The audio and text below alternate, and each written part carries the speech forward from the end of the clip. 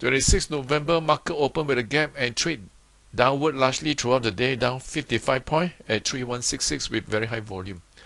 Now over here we see very strong rally and followed by periods where the momentum actually reduces. This is quite evident from the overlapping bars. Over here we have a gap break, but unfortunately it was short-lived and trade sideways for a couple of bars before it failed today. In the process, it actually broke the support at 3,200. The next support right now is at 3,100. The failure at this level is not unexpected because we have very obvious overhead resistance, and usually we do not break on first attempt. Now today's actions is probably in reactions to the news of vaccine resistant variant, and that may cause another wave of infection. And market actually reacted negatively, both in the region and the Europe market. The down future is right down about 780 points, and the crude oil is trading at $77. Now the strong sectors previously are now diametrically opposite. So the glove manufacturers, the PPE manufacturers are now showing some strengths. The travel-related industries are now experiencing weakness.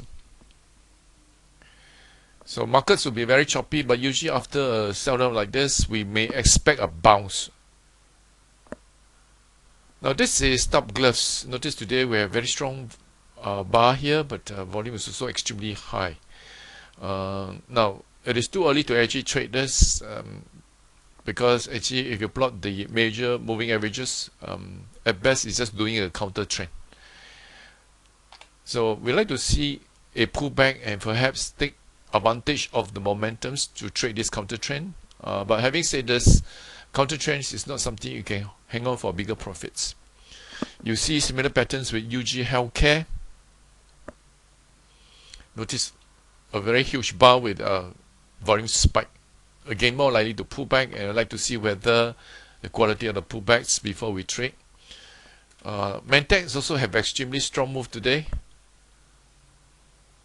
This stock's perhaps one of the weakest, and over here itself, if you notice, actually there was a test of this level before it bounced off. Look for pullback, and we can actually look for setups to go long, but again, we only can trade very short term. Riverstone is slightly different. Today bars is actually not impressive. Notice it trade off high. Again, we'd like to see what happens now if the infections are able to actually control, and then perhaps these PPE manufacturers may actually move downwards. Now even Q&M has also moved up. It was actually forming a base, but we have very obvious overhead resistance. But nevertheless, today there are some strong move. Now let's turn our attention to the tech stock. This is AAM. Very strong upward move here. We have an extension bar followed by a series of overlapping bar. Very obvious reversal bar here. It's a good place to actually get out. Now, even today itself, we notice the bear bar is actually of lower volumes, generally healthy. So perhaps the stock may actually consolidate sideways closer to daylight. And we'd like to see eventually take out this high here at 511. Now it probably will take some time because the market jittery. UMS is a deeper retracement, if you notice. Again, it may consolidate sideways to digest the recent gain. And we'd like to see how and eventually look for a break on the upside. ISDN, mentioned in the previous postings, the stocks is approaching gap resistance. So over here we can see this deep retracement. So the stocks is probably not likely to perform on a short-term basis. So AEM and UMS is much stronger. Broadway. Now after raising up, stocks actually consolidate, retrace, attempt at this level and pull back. Now if we can continue to trade sideways, that will be generally nice. I like to look for eventually break above 24 cents.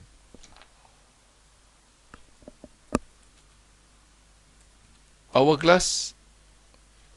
Yesterday we have a very nice break again, today is probably broad market weakness, but you can see the reversal bar has lower volume.